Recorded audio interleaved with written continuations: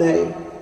এবার কোমরটা জলের তলায়, কুমিরটাকে ওই কাল কুমির, এবার কোমরটা জলের তলায় গো। কোমরটা যখন জলের তলায়, তখন কি আর শক্তি থাকে? আর শক্তি থাকে না।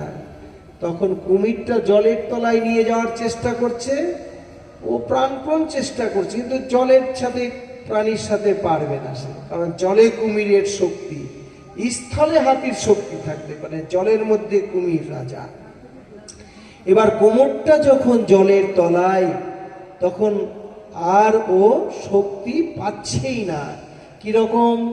আমাদের জীবনে কোমরটা যখন পড়ে যায় আর বসে থাকতে পারে না, শুয়ে থাকলেও কোমরের মধ্যে কনকন কনকন করে, করে না?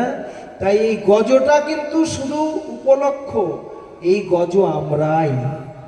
আর ওই যে ক্ষীর সরোবর, সেটা কিন্তু এই সংসার সরোবর। গজটা আর কেউ অন্য কেউ নয়, আমরাই। আর সংসারটা সেই সরোবর, আনন্দের জায়গা। আর সেখানে রয়েছে সেই কাল কুমির, অর্থাৎ মৃত্যুর সময়। মানে যে কোনো মুহূর্তে সুযোগ পেলেই ও টানছে সব সময়। বলছে যে পরীক্ষিতকে সবল মারবে কিসে? সর্পে, সর্পে দংশন করবে। ওরকম সর্প আমাদের মাথার উপরে অদৃশ্যভাবে ফনা দিয়ে আছে, মৃত্যু সর্পটা। শুধু সময়ের অপেক্ষা, একটু সুযোগ পেলেই, সময় এলেই ও ছবল মারবে, তাই না? নিঃশ্বাসের বিশ্বাস নেই, আমরা জানি না, জানি কি? তাই মৃত্যুরূপী সর্পটা আমাদের সবার মস্তকে, আমাদের ভেতরেই রয়েছে, শুধু সময়ের অপেক্ষা করে আছে ছবল মারার জন্য। এবার কোমরটা তো আর বসে থাকতে পারে না, আর চলতে পারে না, চুপ করে দাঁড়িয়ে আছে হাতিটা। হাতিটা তো আর উপরে উঠতে পারছে না, কতক্ষণ শক্তি থাকবে?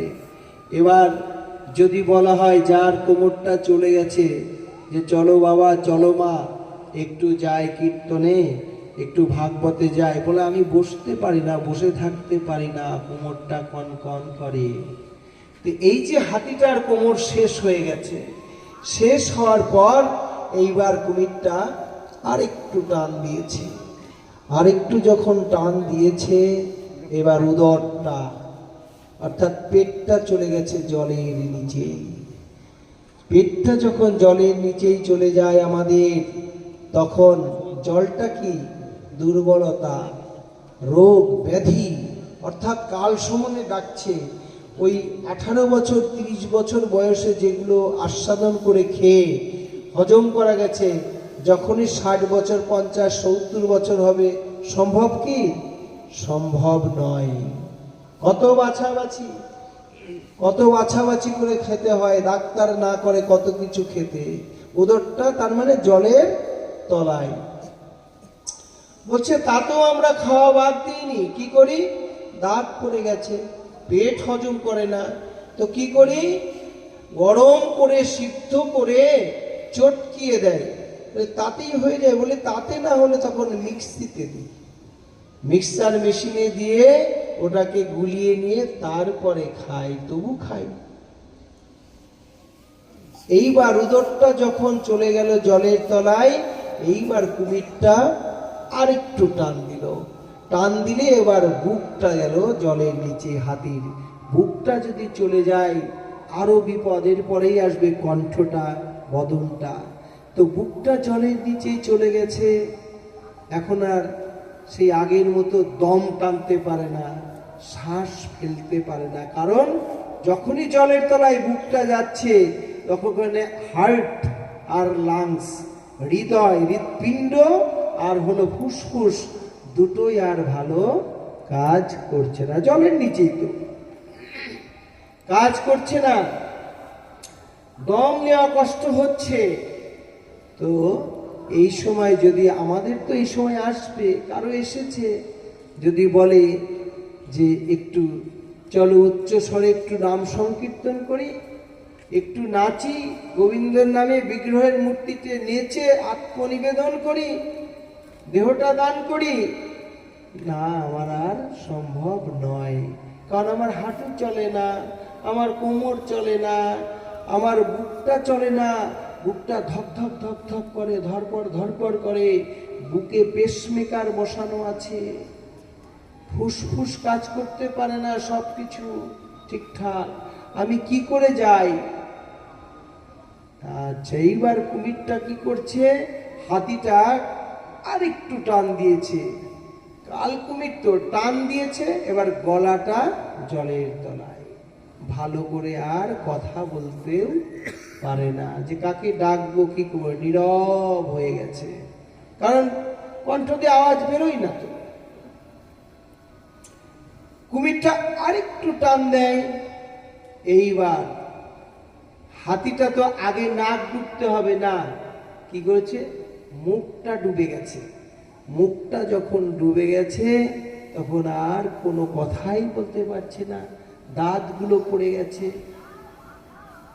মানুষ হাতি যেগুলোর দাঁত পড়ে যাচ্ছে, আর কথা বললেও তখন আর ভজন করতে পারছে না, কিরকম, কৃষ্ণ বলতে তখন কীর্তন বেরিয়ে আসছে, কথা বলতে পারে না, কি করে হরিনাম করবে ও।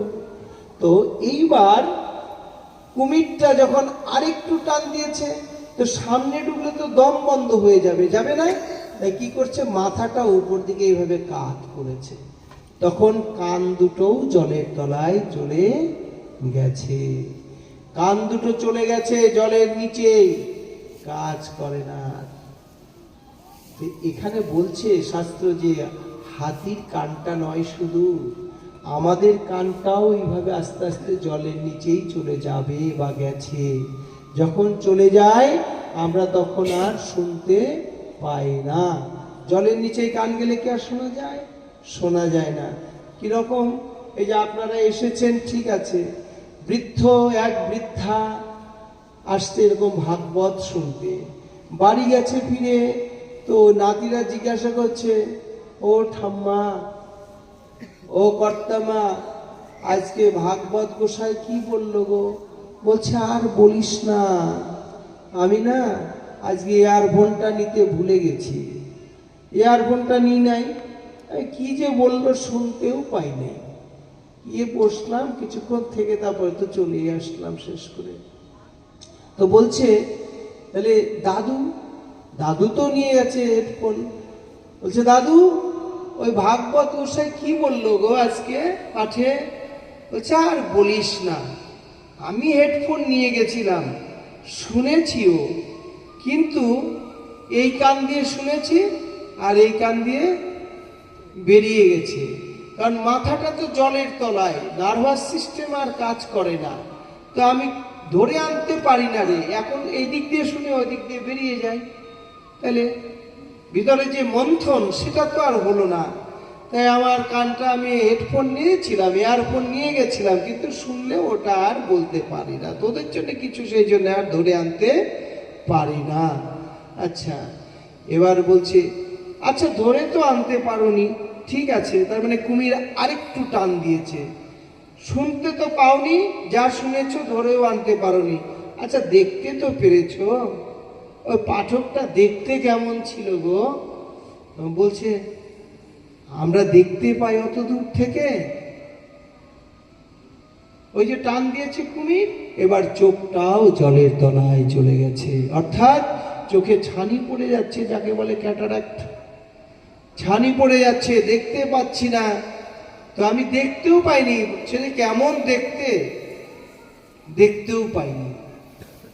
তো বলছে ঠাম্মা তাহলে শুধু সময়টাই গেল তোমার ওখানে বসে, এইবার বাকি আছে কি জানেন, মাথাটা জলের নিচেই, অর্থাৎ নার্ভাস সিস্টেম আর কাজ করে না, নার্ভ সিস্টেম যেটা স্নায়ুতন্ত্রের কাজ আর হয় না, সেই সময় আমরা কোথায় থাকি জানেন, যদি আমার মতো হয় ঘরেই পচবে, যদি ধনী বাড়ির লোক হয় কেউ, হয়তো ওই নার্সিং হোমে নিয়ে যাবে, নিয়ে ওই আইসিইউতে ভর্তি করবে, কোমায় থাকবে, কোমায়, শুধু ওই মনিটরে দেখাবে যে কোনো রকম স্নায়ুতন্ত্র টিটিক টিটিক টিটিক টিটিক শব্দ হচ্ছে, আর কিচ্ছু দেখাবে না, শব্দ নাই, বাইরে আছে কি শুধু সুরটা, সুরটা বাইরে আছে, আর কোনো জায়গা বাইরে নাই, সব কুমিরে টানতে টানতে জলের নিচেই নিয়ে গেছে।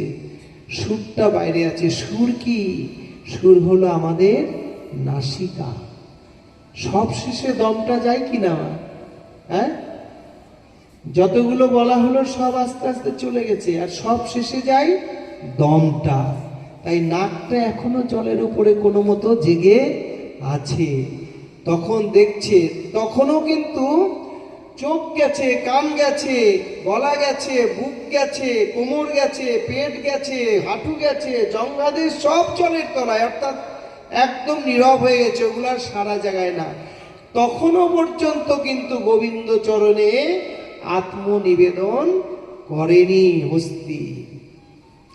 যখন দেখছে যে শুধু আমি কোনো রকমে দমটা ফেলছি, তাও মেশিনের চাপে, আর আমাকে ইহজগতের কেউ বাঁচাতে পারবে না, ইহজগতের কেউ বাঁচাতে পারবে না আমাকে, তাহলে একমাত্র আশ্রয় কি?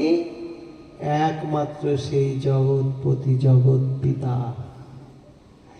তখন যখন ওই শ্বাসটা কোনো মতো নাসিকাটা উপরে, সুরটা উপরে আছে, তখন বলছে, হে গোবিন্দ, হে গোপাল, হে দীন দয়াল, হে গোবিন্দ, হে গোবিন্দ, আমি এই জগতে এসেছিলাম তোমার ভজন করতে, তোমার সাধন করতে, তোমায় ভালোবাসতে, কিন্তু আমার যে উপযুক্ত সময় ছিল ভজনের, তখন আমি আমার শক্তিতে অহংকার, গর্ব নিয়ে শক্তিটা আমি বৃথায় নষ্ট করেছি। সেই শক্তি সামর্থ্য থাকতে যদি আমি তোমার ভজন করতাম, তাহলে আজকে তোমার চরণে আমি এতদিন স্থান পেতাম। কিন্তু আমি যাদেরকে ভালোবাসলাম তোমায় ভুলে গিয়ে, যাদের পাশে থাকলাম, নিজের জীবনকে তুচ্ছ করে আমার জীবনকে যাদের জন্য আমি বিকিয়ে দিলাম, আজ তারা আমার পাশে কেউ নেই। বিছানায় যদি পড়ে থাকে মা কেউ, দেখবেন আত্মীয় স্বজন আসে, হয়তো 1 কেজি আপেল মৌসুমি নিয়ে এলো, দেখলো চলে গেল, ব্যাস। এই সময়টা খুব কঠিন সময়। তখন মনে পড়ে কি, যে আমার আশ্রয় একমাত্র ভগবান ছাড়া আর কেউ নেই। তো বলছে, হে ভগবান, দুদিনের জন্য এসে ভাবে কর্তা বলে সবাই ভাবে, সেই কর্তাকে দেবে ফেলে কালাকালে মৃত্যুর কোলে। এই কুমিরটা হলো সেই মৃত্যু, মৃত্যুর টান। আমরা হলাম সেই হস্তি। তো এই নাসিকাটা বেরিয়ে আছে, যখন দেখছি ইহজগতের কেউ আর আমাকে বাঁচাতে পারবে না। এই অবস্থা হয়েছিল কার গো? মহাভারতে লক্ষ্য করুন, যখন মহাভারতে দ্রৌপদীর বস্ত্র হরণ করছে, তার 5 পাণ্ডব স্বামী এক একটা বীর, এক বীরে যদি রক্ষা করতে যায়, ওই দুর্যোধনের শত ভাইয়েরও শক্তি নাই যে আর কিছু করে। কিন্তু এতগুলো স্বামী, 5 স্বামী, 5 জন বীর, অথচ তারকে রক্ষা করতে পারল না। এমনকি তার গুরুজন যারা ছিল, ভীষ্ম, একবার যদি মুখ দিয়ে বলতো যেটা অন্যায় হচ্ছে, তাহলে তার বস্ত্রটা হরণ করতে পারত না, ওনারাও বললেন না। তাই দ্রৌপদী দেখলো যে ইহজগতের কেউ আমার সম্মান, আমার লজ্জা নিবারণ করতে পারবে না। নিজেও পারছে না, কাপড়টা আঁকড়ে ধরে আছে। যখন নিজের হাতটা অবশ হয়ে যাচ্ছে, আর ভাবছে কেউ তো আমাকে রক্ষা করতে পারবে না, একমাত্র বিপদ ভঞ্জন সেই শ্রী মধুসূদন, তখন কাপড়টাও নিজে ছেড়ে দিয়ে 2 বাহু ঊর্ধ্বে তুলে নিয়ে বলছে, হে কৃষ্ণ করুণা সিন্ধু গোপেশ গোপিকা কান্ত রাধাকান্ত নম নম। হে গোবিন্দ, এই বিপদে তুমি ছাড়া আমার আর কেউ নেই।